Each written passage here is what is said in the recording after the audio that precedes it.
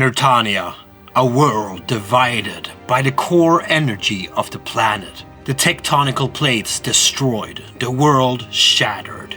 Now 4 tribal clans fight for supremacy in this dark world. You will terraform, you will fight to become the one true leader of Nerthania. We are in Nerthania. Your job is to terraforming this world, but also take over as much land as you can to become the one true ruler of this world. This game will soon be out on crowdfunding, and I am going to show you how to set up this game and how to play it. So please, just sit down and let's take a look at this cool game.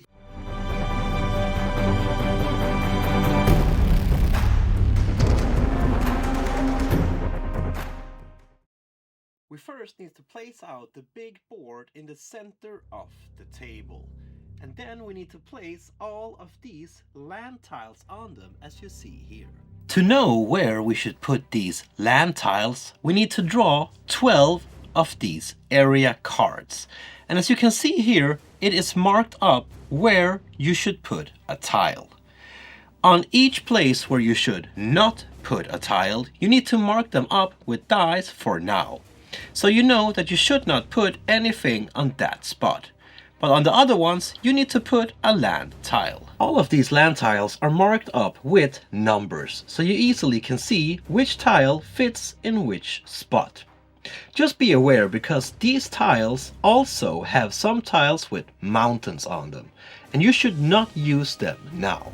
Once you have placed out the tiles on all the spots where there are not a die, we also need to place out the tiles with the mountains on them. So we need to draw 6 new area cards, and then lay a mountain tiles on those 6 spots. So once we have placed out the tiles, we can remove the die and take them back. Next we need to fill these areas up with these resource markers. As you can see, these areas have different colors, and they all symbolize their own sector. We have the yellow sector, the blue, brown and gray sector. And each of these sectors should have their own resources with their own colors on. Even the water areas needs to get one of these resource markers. Now these tokens here are placed out at random, but the mountains need to have this side facing up. But you of course also need to set up your player area. Each player takes one of these player sheets. All of the units in a color of your choosing. You need to take your building tiles, your little headquarter, your gold tokens, but also terraforming tokens. You need to take your battle cards. This here could be your units. In this game there's 4 different tribes, and this here is the steppe warriors. The first tribe that lived in this world. We have their warriors, archers, riders, shield bearers and their animals. And all of these cards have 3 different levels that you can upgrade to. You of course only start with level 1 on your hand. And now we need to place out all the gold tokens for all players to easy see. And now we need to set out units on the map. First, the starting player gets to choose a sector that they would like to deploy their headquarter. Down here, for example. But now they also get to place out 6 warriors max in a connected area to their headquarter. Like that, for example. On these tiles, we can also see another number than just the tile number. It says C2, C4 here, C4 and C2. These numbers stands for the capacity of this tile, meaning that this tile here can have a maximum of 2 units on it, while this here can have a maximum of 4. Now the other players in turn order needs to do the same thing. They need to place out their headquarter in a sector after choosing, and then place out a maximum of 6 warriors in a connected area and the area where they place their headquarter. When all players have placed out their headquarters, the starting player now chooses a sector and 2 connected areas where he is not already present, and places out at least 1 warrior in each of these areas. Now in turn order, the other players will do the same. Once all players have placed out their warriors in a sector where they were not already present, we need to do this in a 3rd sector as well. Again, each player finds a sector where they're not already present and then places out at least 1 warrior in each sector. Once we've done this 3 times, we're done with placing out warriors for now. Now each player needs to give their gold markers to the other players. Then they will place out 1 marker in each sector. And they cannot be placed in the area where there is a headquarter. Before we start, we also need to put 1 cube on number 20 on this track. This here is the silver track, showing how much silver you have, and each player starts with 20. The starting player also needs to take 1 cube and put on the first action that they would like to do. So the story of this game is that an energy inside Earth has erupted, making the tectonical plates shift. Now it's up to you to terraform them back, but also take control over the other areas. The players in the end of the game that has the most control will win the game. And during your turn, you can do actions on your tribe board. And I think that we should start by looking at how you get some resources. So this here is your tribe board. And these are the actions you can do. In the gameplay, the players take turns in doing 1 of these actions, until each player have played 4 actions. And we will mark the actions that we have done with 1 of these wooden cubes. We will then do the effect of the action immediately. And we can only do these actions once per round. And the first one we're gonna look at is collect resources. You can collect resources from up to 3 of your areas that you have occupied, meaning that you need to have some of your units on the areas you would like to collect from to be able to collect resources. And they need to be in the same sector. How much resources you get is stated on the token, and it can either be silver or tectonium. You can also collect from the water itself, but in that case you need to have built the fisherman hut. Otherwise, you cannot collect this. So in this case here, the blue player would get 2 silver and 1 tectonium. A player may also exchange 2 conquer cards for 5 silver. The second action is build, and it will cost you 3 silver. Meaning that if you choose this action, well, you would need to withdraw 3 silver from your total amount. But it will let you build a building out on your tribal sheet. Some of these buildings, like the stone circle for example, is level 2 buildings. But to be able to build the fisher hut or the animal enclosure, you need to have built at least 1 of the other buildings. But what do these different buildings do? Well, the barracks down here for example, will let you produce warriors. The stable, this one up here, will let you build riders. The smithy will let you construct shield bearers. The archery, this one over here, enables archers. The animal enclosure enables wolves, tigers, and boars. The stone circle will let you build bears, yetis, 3 walkers, or a battle Uton. Then we have the hunting box over here, which will let you hunt animals. Every area with an animal will increase its silver with 1, and this includes the mountain areas as well. And it can be used when you do the action collect resources. And the fishing hut down here will let you collect resources from water that is adjacent to your own grassland or rocky tiles. And the third action we're going to look at is recruit. The warriors, meaning the normal ones here, can always be recruited. The other units will need the headquarter on the map, but also their respective building on the tribal sheet. Meaning that if you do not have these buildings built yet, well then you cannot recruit them. Once you have recruited a unit, you place them out on one of your occupied areas. The fourth action is to move and attack. And you get to move all of your units in one sector, not area, sector. Once you have moved your units, you can attack an adjacent enemy.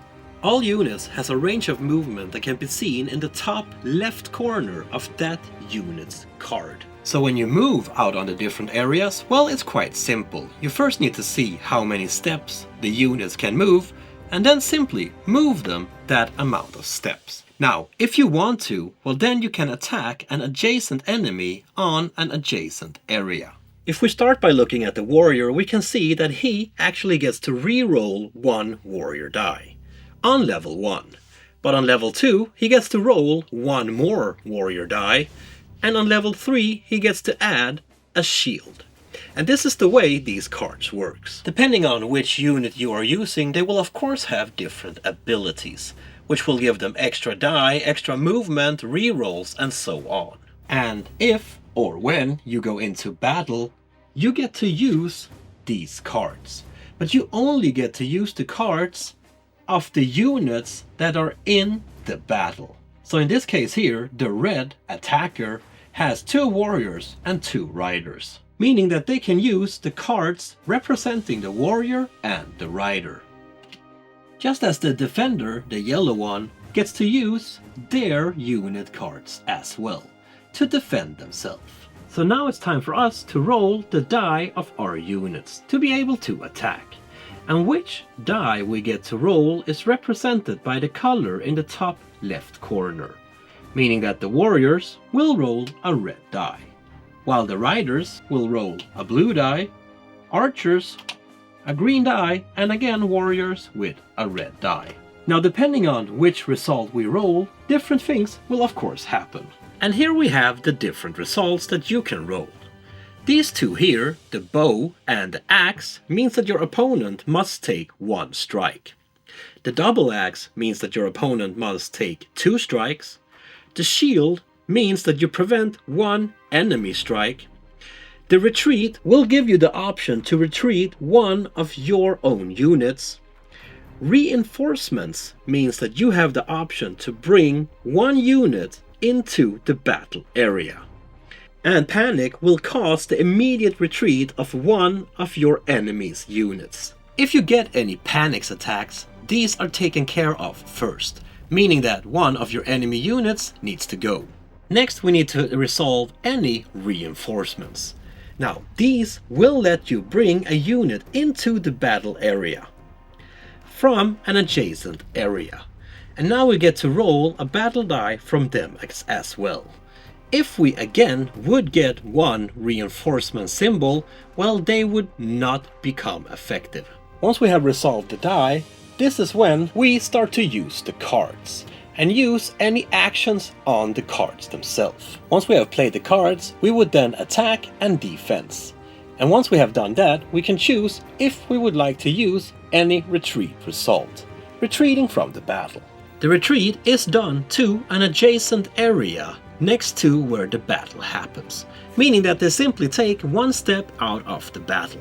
Once the battle is over, we need to look at the map to see who has the most units left, because that player will become the winner of this battle, and they will get 1 Conquest card. This card is then placed in front of them, and as I told you before, these cards can be used to get silver. So that was the first move attack, but there is actually 1 more. This one here will let you move and attack once more, but it will cost you 3 silver if you want to do it again. The next action over here is to level up your battle cards. To level up your battle cards to the next level, you first need to pay 3 silver. Then you need to remove 1 of your Conquest cards. Once you've done that, you simply replace the old card with the new card with the higher level instead. And of course, you need to place a cube showing that you have done the action. The last available action is to terraform. When you terraform, you can choose to terraform your own occupied area or 1 adjacent area. But you can only terraform 1 step at a time, meaning that a mountain tile can only become a grass tile. And a water tile would only be able to become a grass tile. It cannot go from water to mountain in one step. Now this terraforming would occur immediately. And that was the actions that a player can do during their turn. Once they have done 4 actions during their turn, in turn order, we go into the next step. And this is where we would terraform the board. Now, if this is your first round, you will not do this just yet, because you haven't placed out any terraforming tokens. But in your next rounds, this game will start to terraform now. Any tile that has any of these terraforming tokens on them needs to be terraformed now. This one here would mean that this tile will go down 1 step and become water. If it would have been on the other side, on the other hand, it would have meant that this grassland would become a mountain instead. Meaning that blue means up and red means down. Once we have terraformed the areas that we have marked out in the previous round, we need to mark out new areas that will terraform in the coming rounds. Meaning that the starting player should draw 4 times 2, meaning 8 cards from the area card decks. And then he needs to give out 2 cards to each player. Now, the areas shown on these cards are the areas that will be affected, but also marked out by these little markers for the coming rounds. The first of these 2 cards will show you the affected area, and the second card will show you the terraforming direction, meaning that if it's grass, it will be water. If it's stone, it will be grass. If it's water, it will be grass. Meaning that in this case here, we can see that area 53 is affected. And as it is a water tile, it will become a grass tile. So it should be marked with a blue marker. And with that we come into the last step of a round. Now we need to collect silver from our occupied spots out on the board. Meaning that if you have units or animals out there, you would get silver from those areas, moving your little cube up. We also need to bring back our little action cubes here to reset our actions on our tribe board. Now, once we have done that, this first player becomes the player that is left to whoever was the first player now. And then we would go into a new round. And this is the way the game goes on until one player rules the board and becomes the eternal and glorious winner of this dark and cruel land. That, my friend, was Nerthania. I don't know if I pronounced that correctly, but hey, this is a cool strategic game that will soon be out on crowdfunding. I mean, you can even get these little extra cool wooden meeple that has been cut out just to look like the animals that you are sending out, the warriors you're sending out. I think the board is quite cool. I think all the tiles, there's a lot of tiles here, and they are also quite cool. You can do the terraforming, terraform up, terraform down. It looks quite awesome. I would say that this here is an epic, quite strategic board game that you can sit down and have fun with for hours. If you want to check out more about this game, well, be sure to check out the links in the description. If you liked my video, why not give me a thumbs up? Spread some love by subscribing to my channel, but most importantly, my friend, please keep on remembering to spread that board gaming love I know you all have. Peace out.